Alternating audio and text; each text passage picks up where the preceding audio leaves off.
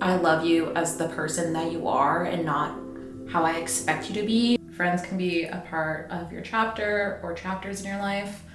It doesn't necessarily mean that they're destined to be part of the entire story, and that's okay. And I find a lot of the times it doesn't necessarily have to do with the person. Like, it's not, oh, I don't like this about you. It's just, I don't like who I am when I'm around you. Rather than picking at all the negativity about my skin, instead of just like, look how beautiful I am, look how radiant I am, and just getting the practice of speaking more kindly to myself. Hello everyone, and welcome back to my facial features series here on YouTube, where I bring in a friend of mine or a special guest into my beautiful space and I give them a facial while they talk about something that they're passionate about. Today I have my best friend in the whole entire universe, Anika, and we just talk about friendship. And I think this is such an important topic to talk about, and I feel like it's not talked about enough. Just how to navigate friendships, how to balance friendships, and just all of the beautiful things that come with friendships, and how Anika and I's friendship is so unique, and how we kind of started our friendship and how it blossomed to what it is today. It's actually such a beautiful conversation, and it might be my new favorite episode just because you guys can see just us kind of blabbing back and forth, and I just love her so much. So I hope you guys enjoy this episode as much as I did. I think it also did cut off a little bit early, so if it does, I'm sorry about that. Yeah, it was such a beautiful conversation, and I hope you guys enjoy episode number 9. And I thank you guys so much for tuning in up to this point if you've seen all of the rest. And I will link the whole series down below for if you're just catching up or you're new here. So let's dive into this beautiful conversation about friendship. Hello everyone, and welcome back to my facial features episode number 9. Today I have my best friend Anika here, and we're going to talk all about things friendship. Friendship in your 20s and 30s isn't really talked about enough, so we're going to dive deeper into friendship today. Why don't you start off by telling us a little bit about yourself, and then how our friendship kind of began and blossomed to kind of where it is today. Yeah, so I'm Anika. I live on a hobby farm with my husband. So big nature and animal lover, which we have in common, which is beautiful. Yes. And we have actually known each other since we were teenagers, or known of each other. And then we kind of reconnected and got reintroduced through a mutual a few years ago, and just have been inseparable ever since. Yeah, I think we were going through very transformative stages in our lives. I wouldn't say, like they weren't challenging per se, but I would say that there were some stressors for sure. Like, your business location had moved, you had sold your townhouse, you were in the midst of building a custom home, and like I was engaged and going through wedding planning, so I think there was a lot of growth going on in our lives individually. And so we just started leaning on each other and just communicating with each other, and got really close really quickly. Real fast. Yeah, really fast. Just hopped on a plane to Paris. Yeah. Love that for us. Me too. Yeah, it was just, I don't know. I can't even pinpoint exactly how we got so close so quickly. I think it was just mutual understanding of each other, and just knowing that we wanted to grow as people, and then we just started growing together. I agree, and I also think it was like we were both, like you said, going through very distinctive changes, and we were both just like, how can we be there to support you? Like, how can I help you grow, or do you need help with anything? And I think we've just continued that as our friendship has like blossomed. Yeah, we've created like an open space for each other to just communicate and like release, and also just created distractions for each other if we needed it. Just like, hey, I need to get this off of my mind. Let's go to the city and do these things, and just, No, I totally agree. So beautiful. I agree. If you could describe our friendship in 3 words, what would it be? Ooh, in 3 words? Yeah. I would say genuine is the first word. I feel like our love for each other is so real, and it's so deep, and like, I love you as the person that you are, and not how I expect you to be, or different versions of yourself. Like, I just love you because you're so authentic and so yourself, and I know you have that same love and admiration for me. 100%. The second word I'd probably say is honest. We're very honest with ourselves and like how we're feeling and what we're going through.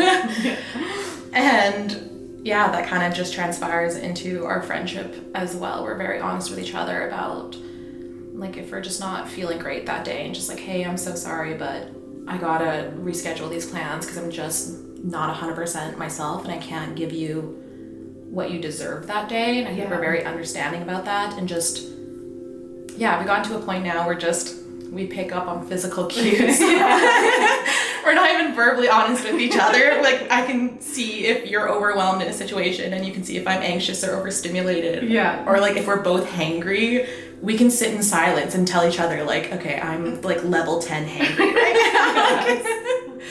I think that's really special that we can be that honest with each other. No, I totally agree. And then I think the last word I would use is supportive. I think we're very encouraging to each other and just very supportive of our goals and our dreams, and just we're each other's cheerleaders and we're 1,000% in each other's corners, just backing each other up. Just I support your dream, I support everything you envision, and I can't wait to see it become your reality. I agree, and I think we're always also constantly checking in, just being like, hey, I just want to check in on your dream. Like, how's that going? Like, have you made progress towards that? Like all the little things, just checking in on that way. Yeah. I think our support for each other, at least for myself, I know a lot of things that have happened in my life have been so successful because of our friendship, because I know having you rooting for me is a big key part of that.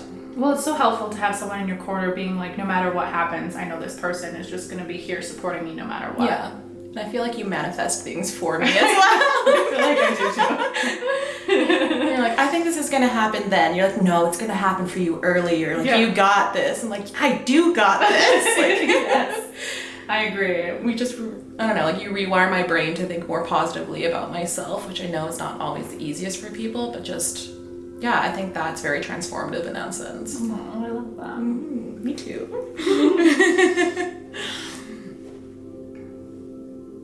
Feels so nice. That's good, I'm so glad. So my next question for you is, what is one thing you wish people understood about friendship? Just friendship in general. There's so many. I think the number one thing, and the one that I kind of talk about fairly often, is that friends can be a part of your chapter or chapters in your life. It doesn't necessarily mean that they're destined to be part of the entire story, and that's okay. Yes, I agree. Kind of like evolves with life. Like, people fall off and that's okay, but they were there for a reason. Like, there doesn't mean there's anything wrong with that particular friend or with yourself, but it's just you no longer serve purpose in each other's life, almost in a sense. Like, it sounds awful to say, but like, not that every person needs to benefit your life, but I've come to a point where I'd rather have 4 quarters than 100 pennies. Yes. I want friends that either challenge me or inspire me or make me feel good or make me feel seen and safe. And if there's a person in my life that no longer feels healthy to have in my life, I think it's okay to let go and move on and still have love and respect for that person. I agree totally. That kind of falls into one of the other questions that I was going to ask you, which is, what's like a challenge you faced in friendship and how did you overcome it? But I feel like that's one of them that's like super common in friendships. Like, everyone feels like they need to be friends forever. But I feel like you said, if you're not serving me in a positive light and you're bringing me negativity or stress, then it's time for that to dissolve. But no hard feelings, just we're going separate directions. Yeah, I think friendship breakups can be some of the hardest heartbreak out there. And I think it's still a grieving process. Like, even if you come to terms and peace with the fact that being friends is toxic and it's no longer healthy, you're still gonna miss that person and like what could have been. But you just know that you're in a different life path than them. And neither one is necessarily wrong. It's just better to let go at that time. Yeah, no, I agree. I totally agree. Like, friendships take work, but they shouldn't be work. Yeah. So I think the grieving process, I would probably say, is like the most challenging of it, and coming to terms and properly communicating it with the person as to why, because I think it's nice to give some type of closure. Yes. When it's safe to do so, and like it's a safe space to communicate as to why you no longer want to be friends. But I find those safe spaces aren't always common. Very true. Yes. I feel like a lot of people can get really defensive about it, which is totally understandable. Yeah. But also, yeah, like you said, if you're not creating that space for open conversation or to be like truly honest and authentic, then it's just like, this isn't a great friendship for me in the first place, because I can't be open with you. No, exactly. And it's not necessarily feeling that you're better than the other person. It's just, this is the direction I want to go. You're going in a different direction, and it's a great direction for you, but it's just not the path I want to go down. And I think the people that you surround yourself is who you end up becoming. Mm-hmm. So I think it's important to have strong boundaries and be very almost picky in who you surround yourself with. I agree. I think there's like a statistic out there or something that says like you are made of the top 5 people that you surround yourself with the most. Mm-hmm. And I always think about that when it comes to like friendships or who I let into my circle or who I surround myself with. It's just like, okay, like I can see that I'm pulling like personality traits from you or like little things from you.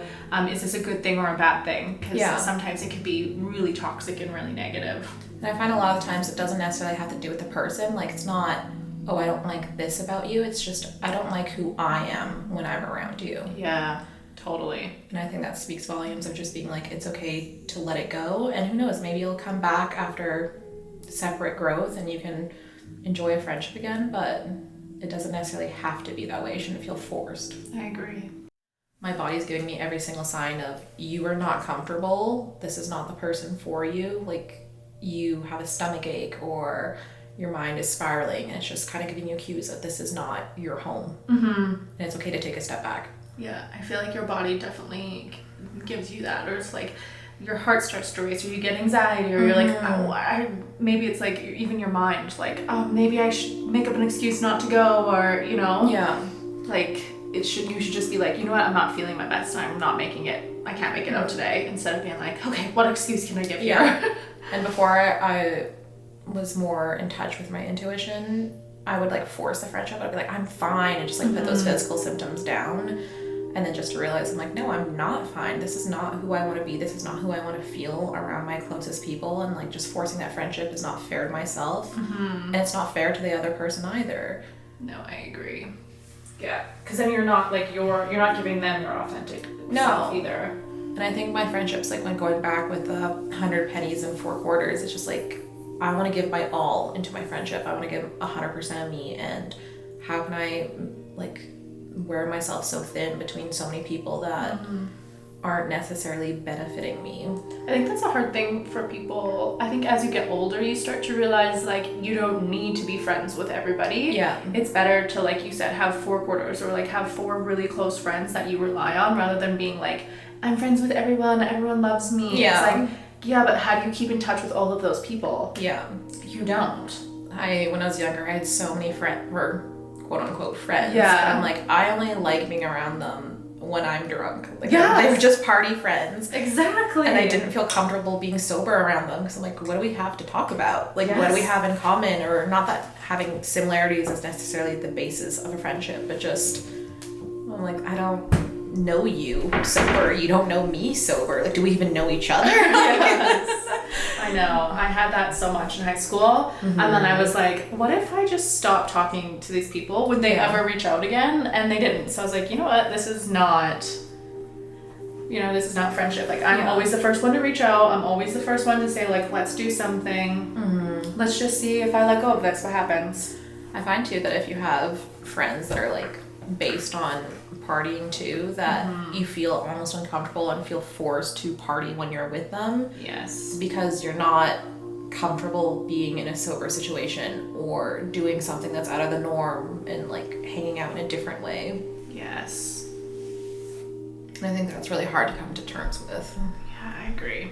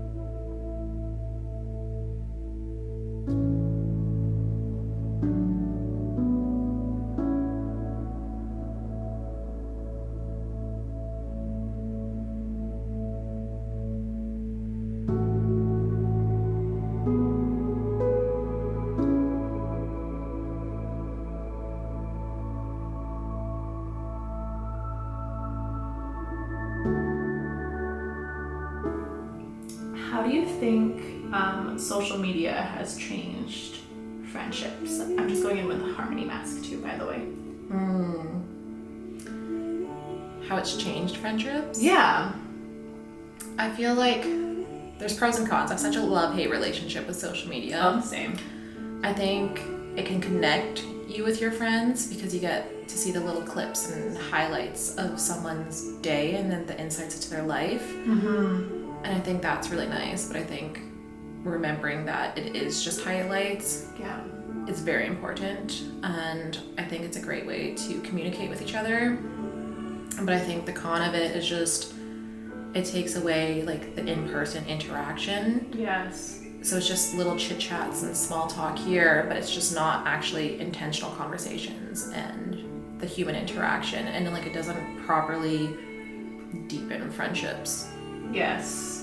It kind of is more a little bit surface level. Yeah. And I find I'm definitely not victim to it, but yes, in a sense of that, I think I'm like, oh yeah, I just chatted with them not that long ago, but it's just not being more intentional with it, of being like, no, you need to have that face-to-face interaction to actually properly delve deeper into what's going on in their life and like how they're truly doing. I think it's just the constant staying in touch with each other that way kind of masks what friendship truly should be. Yes, like those deeper conversations, or maybe like the harder conversations. But I also feel like, like you mentioned, Instagram can be kind of like a highlight reel or whatever, and so it's always important to like still check in on your friends and being like, are you actually okay? Like, not just what is going on Instagram. Because it is just a highlight reel. I feel like you can assume a lot from what you see on social media, and it's just truly assumptions of like, well, you looked like you were doing fine. It's just like, no, like, are you properly checking in? Are you properly being a true friend and putting that work in of checking in with them, and not just assuming what you see on their feed is what's really going on in their life. Yeah, no, I totally agree. But it is fun to see what's going on. It just feels like, I don't know, you get the little snippets in it. Especially when you have friends maybe that aren't like right beside you or like right close to you. It's just nice to see like their daily life through like their point of view, or Instagram's point of view, I guess, right? I think it's beneficial for long distance friendships. Oh, for sure.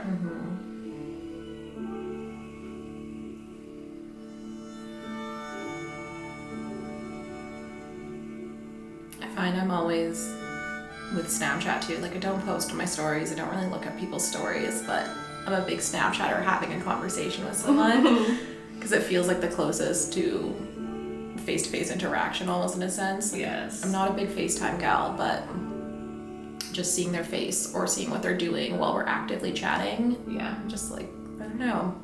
It makes me feel a little bit closer to them. Yes. But I also need to know that that is completely a charade.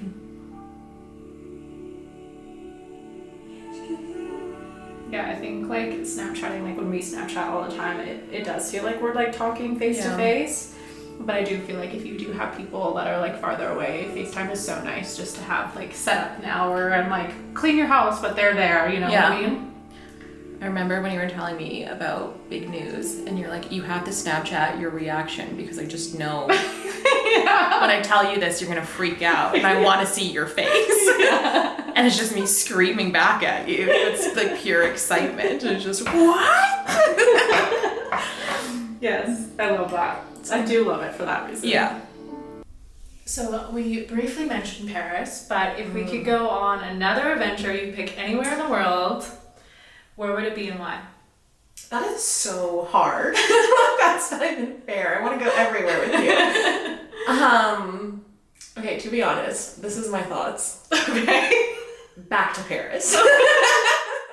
But like late spring, early summer. Because we went in December. So that's true. Different vibes. Spring, summer, Paris. And just go for a few days. And then go to like the southern parts of France. And go to little beach towns. Ooh, yes, I love this. Right? And just, I'm down for this. Right? And just go adventure and see like the beautiful architecture. And just like soak in the nature. Find some good vintage shops. Like, that would be kind of the first thing that I could think of. Yes, I love this. That would be so nice. From there, the world's our oyster. Yes. I feel like I could see us just being like, hey, southern part of France, on a whim, let's go to Italy. Yes, yep. Primarily for the food. I'm craving pizza, you craving pizza? Let's go to Italy. Let's take this train ride. I feel like we would do that, though, because I feel like we are both foodies. You can't be hangry there. That's true. Right? That is true. It also would be pretty, but... That's so funny. I see that happening. I see that happening now. I love this idea. I also see us telling our partners, like, okay, you thought we were going to be home this week? Surprise, next week. We have more to do. Yeah. We're actually in Italy. Yeah. They would both look at our location being like, they really are. At least they're with each other. They're not separate at least. Well, I think because now that we've discovered we travel well together, like Paris for 4 days, that is such a high pressure situation. Yes. We can take on the world now. True. Silence. Felt really nice. I was trying to calm myself down.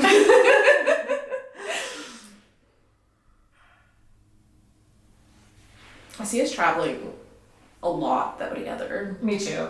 I do too. Because I feel like there's parts where Martin doesn't necessarily want to go to. I'm like, that's fine. I got Sabrina. I'll go anywhere. No, I feel like Ryan's the same. Anytime I tell someone that we went to Paris for 4 days, they're like, you're kidding me, right? And I was like, no. No. You guys are still friends? I'm like, closer than ever. One evening we didn't talk the entire night, but we're so hangry just trying to find a restaurant to take us. The one night we're like, I'm so tired, gets back and it's like 3 a.m. Yeah. I'm like, oh my god. We were, I don't know, there's caffeine in the water or something. Like we were buzzing. So funny.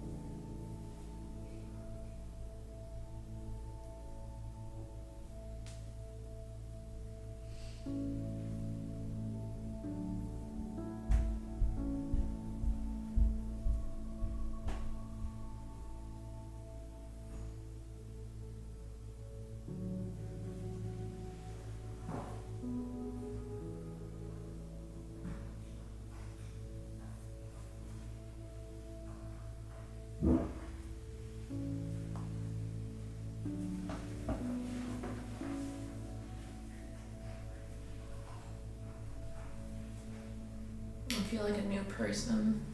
Mm-hmm. Fresh from head to toe. Mm-hmm.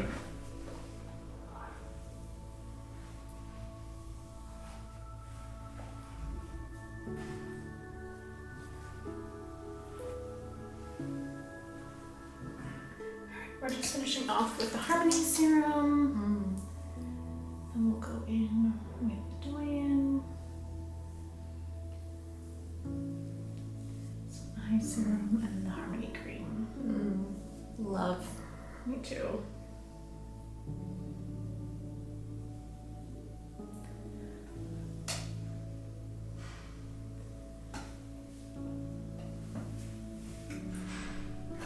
So my last question for you is, how do you create moments of self-care in your life? Nothing to do with friendship, but, well, kind of. I feel like when you take care of yourself, you're taking care of, like, the other, you can hold capacity, I guess, for the other people in your life. Yeah. But how do you create space and self-care moments for yourself? I think as of lately, it's just trying to turn, like, romanticize the mundane. I've lately been getting in the practice that after I come home from work or just like a day being out, the first thing I do is I grab all my animals and I go for a walk. And just like immerse myself in the nature. Yeah. And just be really intentional with animals. And I find lately too that I've just been taking my shoes off and just grounding my feet into the earth and just looking around and just, I don't know, admiring the sky and the birds and just really soaking it in, especially with these last, I don't know, warmer months I guess we've been having. Yeah. And another thing too is actually with my skincare. Like at the end of the day, when I come home, after I have my walk, I'll go do my skincare. I will put on a record. I will dim the lights because I don't necessarily need to have such bright light while facing in a mirror. And just romanticizing it and just being slower with it and almost being kind of like sensual. Yes. And slow with how I touch my face and like removing any makeup or just residue from that day and just taking more time. Like I find sometimes that washing my face can sometimes take half an hour because I'm just being very slow and intentional with it, and just rather than picking at all the negativity about my skin, instead I'm just like, look how beautiful I am, look how radiant I am, and just getting the practice of speaking more kindly to myself. I love that.